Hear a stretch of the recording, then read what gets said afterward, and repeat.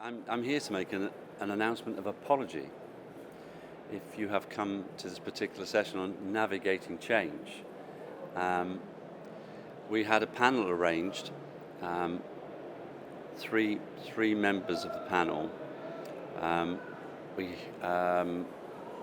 One was John Collins from Live. One was a representative from the CBI, and our final panel member is from a European-based association called Pearle. And that particular panel member has made it to this particular session. And Anita is sitting here. Anita's traveled from Brussels today to be here with us. Unfortunately, through illness, the other two panel members are not able to make it. So it ceases to become a panel discussion because there are no panel members.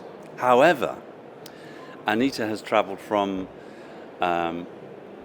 Brussels to be with us today, and what we thought we might do is just simply say, if you have any questions that Anita may be able to respond to, then we'd like to hear those questions.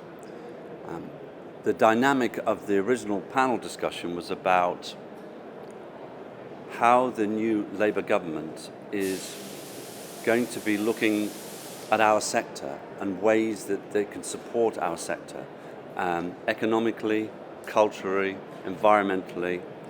And John Collins, who is the CEO of Live, is very close to some of the Labour government in terms of how he's communicating our issues.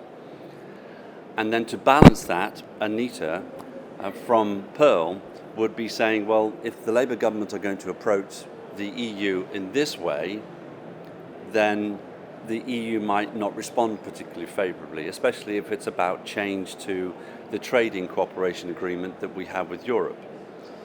And that was going to be the premise of the discussion. But we don't have a discussion. What we do have is Anita here from Pearle. So if you have any questions or something you'd like to talk about regarding Brexit or regarding anything to do with the trading cooperation agreement and our sector, then this is the time to say something. Other than that, we don't have anything, I'm afraid. I'm very sorry. Any questions? There we have a question, look at that. So how would we want to do this? Do you want to just sit and have a conversation, or do we want to carry on like this? I'll leave it up to you guys, you're here. Do we have a microphone? Then look, we have a microphone for the question. Microphone is coming.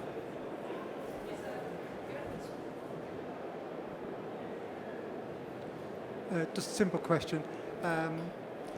Because we're now looking at a government that want to discuss things with Europe again, is there a chance that we haven't lost out on being able to look at entertainment and so forth?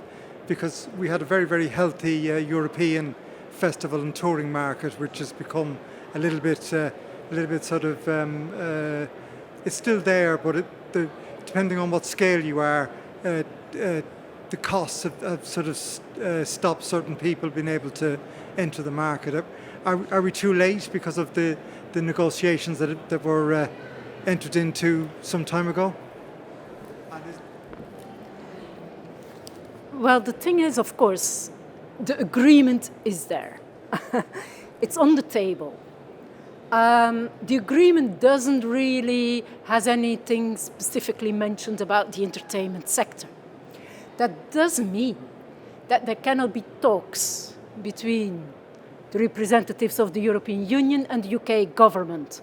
So I would encourage definitely the Labour government to say, look, get in touch again with, and there's going to be a new European Commission to start in November. Get in touch with that new Commission and address the issues that we have and how culture cooperation can be put up and be activated. And I would say, yeah, let's have it first with an open conversation and then see where that leads to in terms of concrete issues that the entertainment sector has. Definitely, I would surely go for that. Yeah.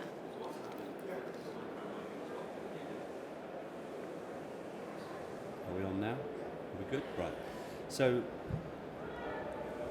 when Brexit happened, it seems like a long time ago now, there were certain things that UK businesses had to do to continue functioning in Europe. And some of those UK businesses have done that, especially when it came to cabotage, or how many commercial drops you can make before having to return back to the UK. So many UK companies have set up offices in Europe now to enable that to run freely. But at the same time, some member states in the EU have upped their skills to be able to deliver the type of productions and the type of events that we used to dominate is not the right word, but we were the dominant country delivering that, and that is all changing. So even if we get more concessions from the EU, some of our competitiveness has been lost, and to get that back is going to take some time, I think, because even if we lose competitiveness, not only in skills and experience, but in terms of costs. So it's going to be cheaper for European-based companies to be delivering European tours than it is for a UK-based company to deliver it. And then finally, the cabotage issue. Those rules were always in place. There were never new rules that came with the Trading Cooperation Agreement. It just so happens that when we were part of Europe, everybody ignored them, correct? Yes. Everybody ignored them. And it's only since Brexit that member states are threatening to use those. Because the way that the EU operates, there are some rules that come from Brussels that are for all the member states. And then there are some other rules which each member state can impose themselves, and they don't have to, or they might. The information we're getting back from the market is that tours are still quite uninhibited in terms of being stopped and being checked. Of course, there are examples where things have gone wrong and it has gone badly wrong, but generally it's still functioning, albeit more difficult. Correct? Yeah, indeed. Yeah, I haven't heard anything like this festival summer. I haven't heard of any cases or problems that occurred. So I tend to think with you, I mean, yeah, you had also large sports events. They also come with huge transport equipment.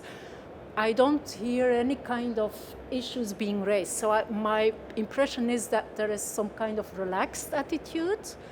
But of course, the rules are the rules, and you never know when suddenly inspections tend to be over. That was our fear, because we see this year as being a bit of an anomaly, because they're not going to start putting the Olympics into jeopardy. Exactly. Because there's so much equipment and personnel. It's really personnel, because at the moment now a lot of our crew have got Irish passports. So you're fine. Yeah, but the problem is we're wary of if we come from a non-EU country, i.e. the UK, even though we're travelling on EU passports, it's the returning back that we find could be the problem, because we're still going to be tracked, because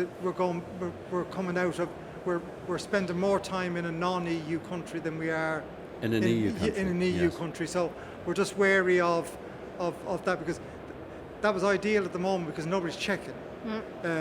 We just go through as a as a whatever, Irish. as an Irish or an EU passport holder, and really where we're coming from is never really asked.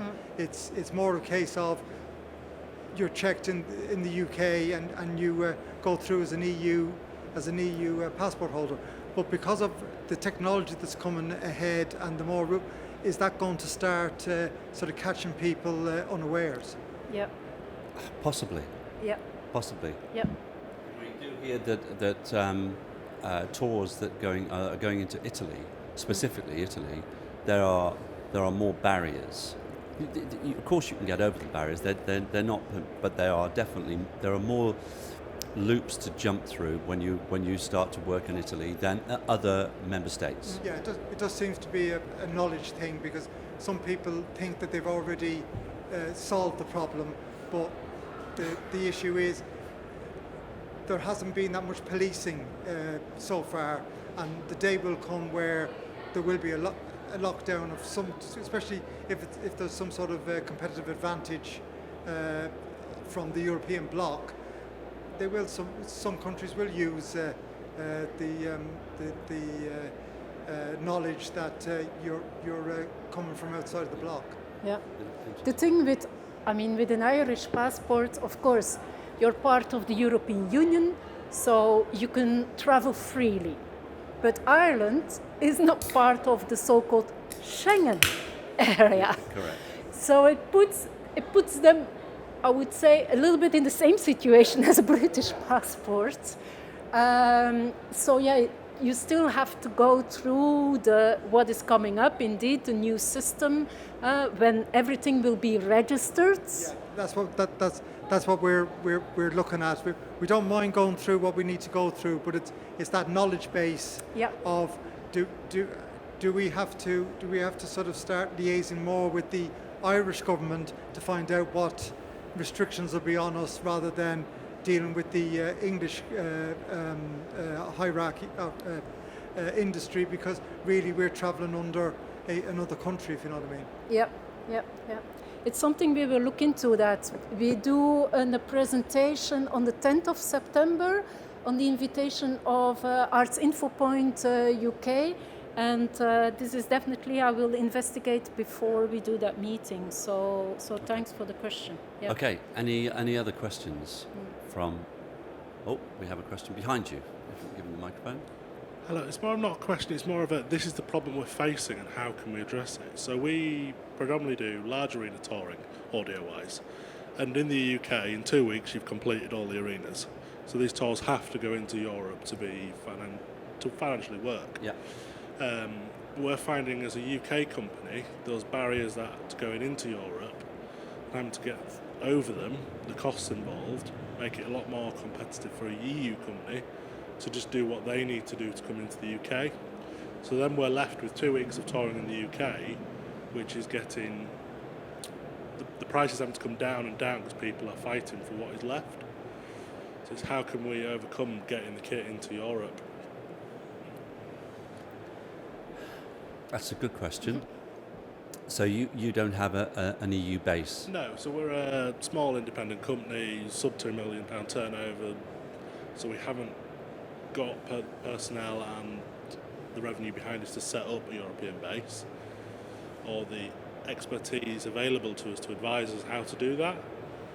So my guess, we've got somebody else in the audience who might have a better guess than me, Brian, is that if you were to want to fulfill the European part of the tour, which clearly you do, then you may well need to hire your equipment from an EU-based or an EU base, and especially with equipment and vehicles. But you would remain in control of the production. You would have your expertise and staff, but you just wouldn't have your own equipment or your own transport. So you'd be renting that's all that part of the tour from the EU. That's my guess. Correct, Brian? And your alternative way round it would be to find a European company that's about the same size as yours and partner up with them. And then if you can have a business partnership that's a legal entity, without giving any way of your business or their business, you can find that you can work two ways round. So they'll have stuff that they can fulfill with you, and you can have stuff that fulfill with them. I would say that's the most logistically simple workaround, rather than kind of just giving money, and you find it mutually beneficial. In fact, you could do it with a couple of countries. Yeah. Can't. Microphone coming. Yeah, that's what we're finding is to find those small, because I would be on the small scale similar to this gentleman, but in the lighting world or the video world. And what we're finding at the moment is the only way to deal with the personnel deal is to negate the equipment. The equipment is already in Europe, but it's to find a partner so we're not competing with ourselves, if you know what I mean. And that seems to be, but it's whether or not eventually that's going to be sort of clamped down on as well. Yeah. All right. Yeah, that's of course a way to do it. Yeah. Yep. And okay, I have a question for everybody here, because we're now obviously talking. We didn't think we were going to be talking. So, and part of this was to talk about the new government and about what expectations we might have from the new government in looking after or supporting our sector. Does anybody in the audience have a particular wish? And that we might be able to have a discussion around what that might be. So, let me give you some thoughts. Our sector currently is suffering from a lack of skills. It's suffering from a lack of exposure and education. The education, for a large part that is provided for people who want to join our sector is, this is not my quote, but I'm quoting somebody else, not fit for purpose. So there are a number of challenges that we face in the UK that weren't being addressed by the previous government, and we're hoping that we're going to get some kind of support from the Labour government. Anybody got any comments or any questions around that? Because most of you are considerably younger than me in the room, if not all of you. No? So you're happy with just as it is? So, show of hands, who actually works in the sector? Everybody work in the sector? Yeah? So, and you're all happy with the way that the sector works for you? No. I don't want to be on all the time, but a bit closer, I can't hear you. Sorry.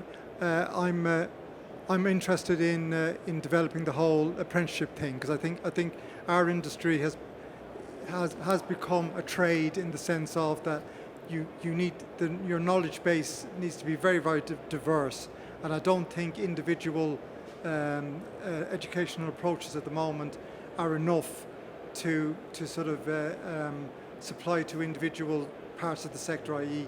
so video, you're looking at data transmission, you're looking at all kinds of very technical stuff which could very easily be supported by a decent apprenticeship and the support that involves. But unfortunately, because in the apprenticeship sort of arena, we seem to be very low in the sort of scale of industry. We're not electricians, we're not this, we're not that. So I'd be very interested in being able to go as a because I'm of the age where I've learned all my skills on the job from very early on, where the entry into the industry was very fostered in the sense of that you learnt as you went along. Now, because of the scale of what we do and stuff like that, you do need some sort of knowledge to actually get in, because to be useful, if you know what I mean, you have to have, and normal education is not, there isn't enough IT skills, there's not enough sort of what I would call basic physics, basic whatever, that people sort of need to do certain parts of what we do, because it's become a very technical. Yes, it has. It has. And it's unfair to people coming into the industry that they could, they're very educated people, but it's just the skill basis that they have. They're not aware that they need them before they come in. Correct. And an apprenticeship would deal with that. But I can't see how, because of the way that the industry is structured at the moment, why the bigger companies are going to take on apprentices on the premise that a lot of these apprentices may not stay in their particular business after they've finished. They'll move on. Yeah, they'll just go into the freelance industry because that is the way labour is distributed in this sort of industry. But the government could help by sort of giving a period and support to allow these large industry, large players that have access to the equipment and skill base to sort of be sort of the unofficial schools of our industry. But I don't know if that's ever going to happen. Well, and nor do I. But there is tomorrow. There's a launch of a program. It's being launched here to do with education and to do with reaching young people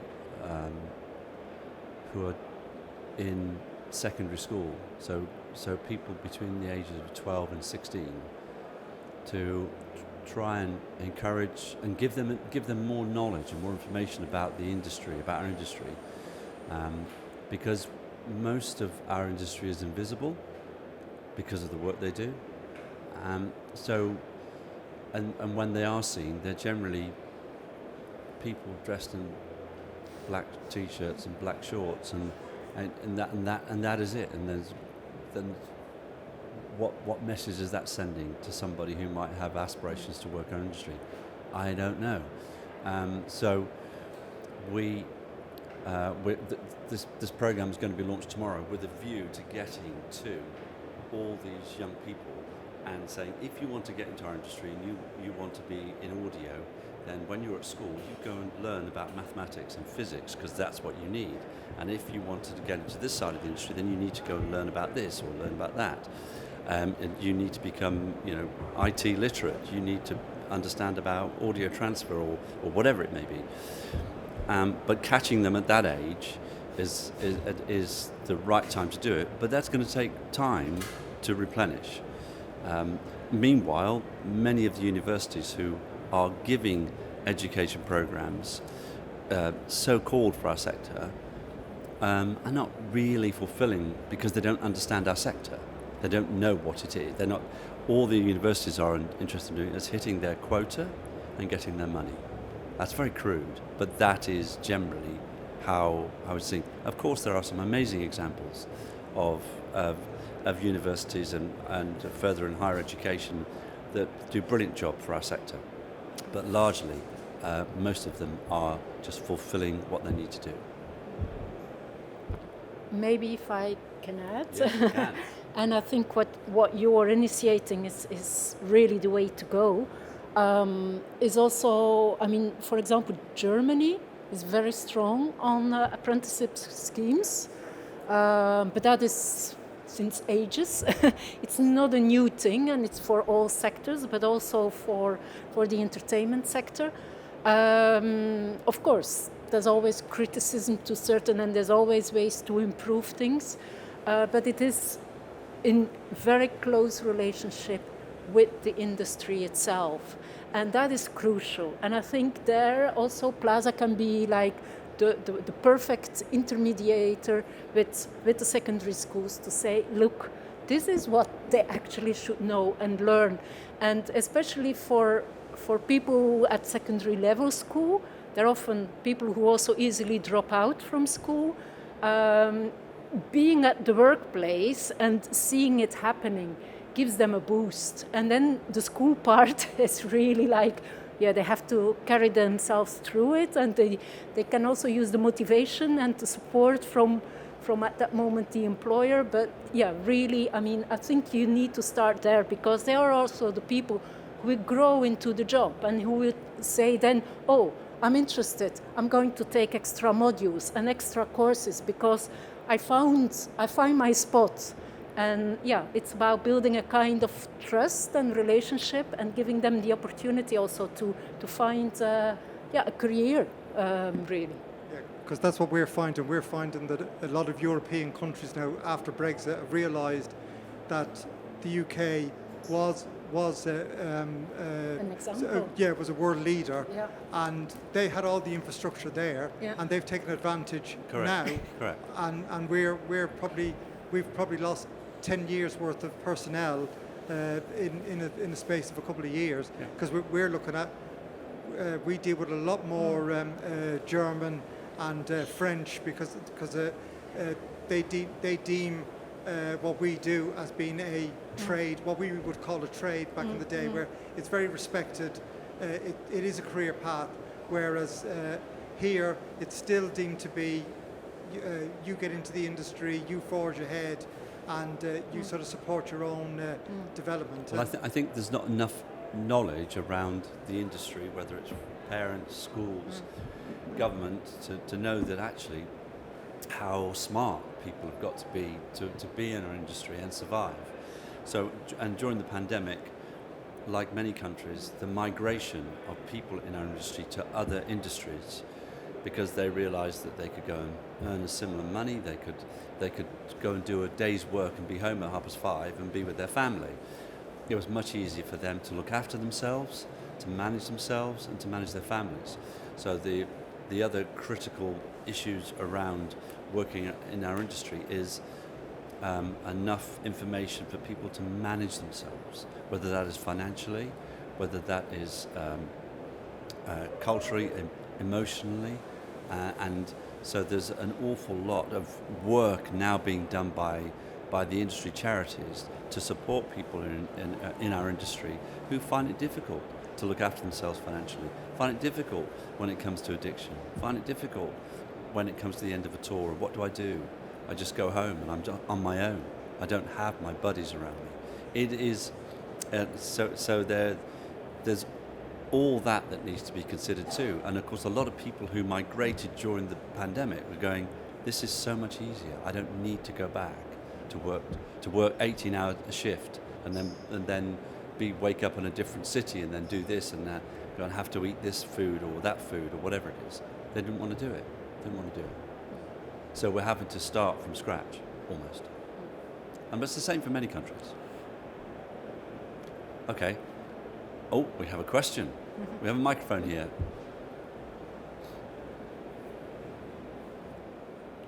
Hello, thank you. My name's Sharon Wallace. I'm from Capital City College Group, an organisation called the Creative Skills Academy, and we are really keen to work with Production Futures actually, because we are trying to set up these routes, exactly these routes of what you're talking about those that want to work in the industry. What we're finding, we work with adults, so it's those that are 19 plus, and there are people, we have a very large construction offer at our college. We have lots of people who want to consider sort of production routes. They don't know about the industry. They've never considered it. They know about commercial building and residential building, and even they come out as qualified electricians, etc.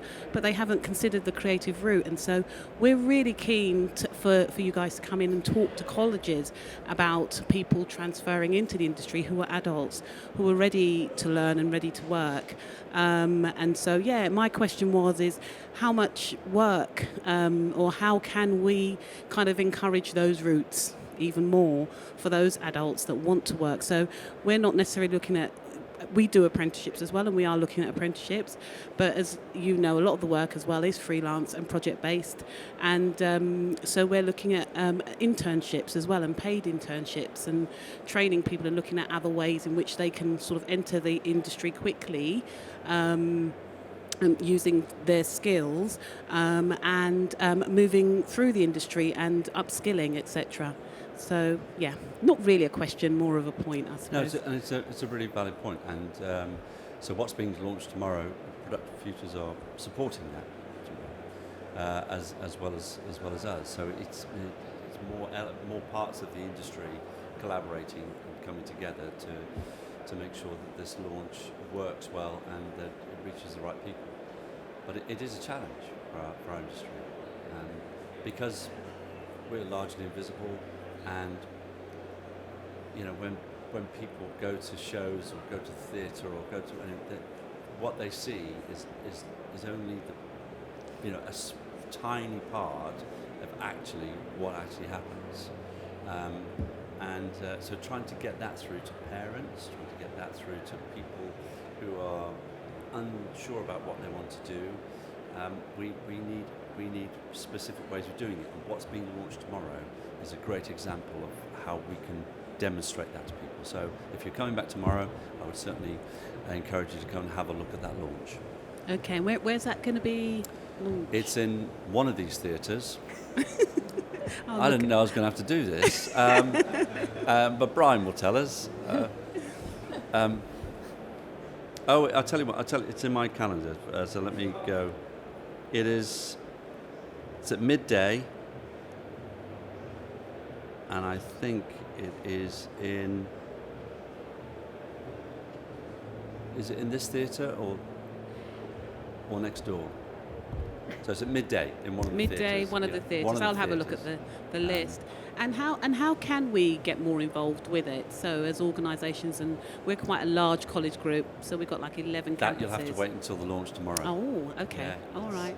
It's cloak and dagger stuff. Oh, yeah, that's the way to get me coming back as well, I suppose. Yeah. Thank you. Does anyone else want the mic? Fine. Anybody else before we wrap and re-apologise for not having the panel here because they couldn't make it? We have a question from a young lady.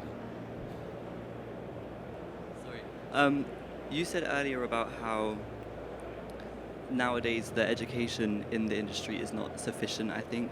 I was just wondering, because I'm not in this industry, so I'm here to learn, I was wondering how it's changed, how it was before, where it was better back then, and how it's changed now, where you think it's not as sufficient.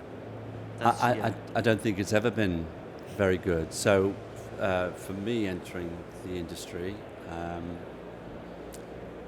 all I was told was to leave the industry and go and get a proper job. And I think for many people that's still a message from educational facilities, from parents, because they don't believe that this industry can offer people career paths. So you think it's really kind of rebranding this as a job? So there are some university courses. For example, some people will go and on a university course for 3 years, which will train them how to become a recording engineer. Okay, so they come out of and there's thousands of people that are doing this, and they come out of university with a degree of some description on being a recording engineer. The only problem is there are no recording studios left compared to what there were, and the recording studios that are there are the people who own them run them.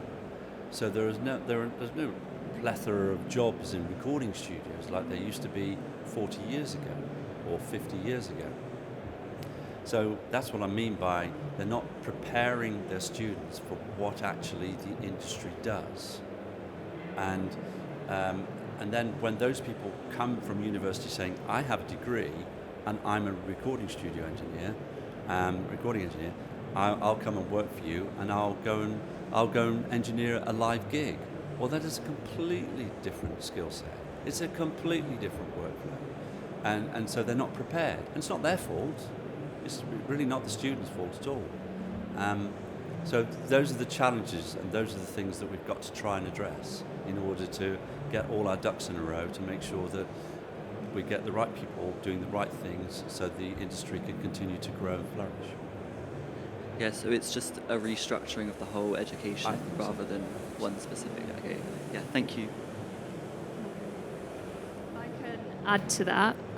So as a current student myself, going into her final year of university, I'm very grateful to my education. I think it's provided me with the opportunities where I have learnt the most. I've learnt the most doing like odd things outside of university, on the job, placements. So apprenticeships, I think, is the way to go, financially as well. You just learn so much more. And also, my university course, it covers all sides of event production, so that's lighting, sound, video, rigging. Good. And it's great because especially if you're new to the industry like I was, I didn't know anything before I started my course, so it was very much a choice. I didn't fall into it accidentally, like it seems quite a few people do in the industry. The width of the knowledge is great. However, I want to specialize in lighting, so now I'm kind of like past all the audio and the video. Lighting is where I want to specialize, which is where in an apprenticeship in a certain company you can specialize more in that area. Also, a lot of my peers, I've noticed, will do their degree and then they'll go off and do something completely different, which isn't helpful. But that happens a lot. Yeah, it happens in any degree, you're yes, right. Yeah. But it's a shame because they have, during their degree, they've got quite a niche skill set. Like, personally, I don't know if people think differently. Event production, there's a few places you can carry it on to. But yeah, apprenticeship seems like the way to go. I'm happy. The main reason I'm finishing my degree now is because I want a degree, because I feel like that could be useful in the future. For example, if I want to get into teaching, I need a degree. Yep. I don't necessarily need a degree to get into the industry. I need contacts, I need a good attitude, and I need to show my face, I think that's the main thing, really. Yeah. But yeah. I think I agree about apprenticeships, and I think there's a lot of work and a lot of conversation amongst many organisations now about how do we go about doing that from an industry perspective, not necessarily waiting for government to do this. We do it ourselves, and that's the way that we get and reach the right people. So that's what we're working on right now. Yeah, and just to end on that, as I said, the best thing about my university degree so far has been the opportunities I've been provided with, not necessarily the actual education there and then. So student programs that collaborate with universities is like the best thing to happen for a student. Yeah, it's about the external opportunities, I think. Brilliant, thank you. Anything else before we wrap? Okay. Well, thank you for attending the seminar, discussion, conversation that never actually happened. But thank you for at least asking us some questions, and hopefully some of the answers and some of the discussions have been useful. Thank you very much indeed. Yeah. Thank you very much. Enjoy the rest of your day, and if you're back tomorrow, then do make sure you come along to the launch. Okay. Thank you very much. Thanks. Bye.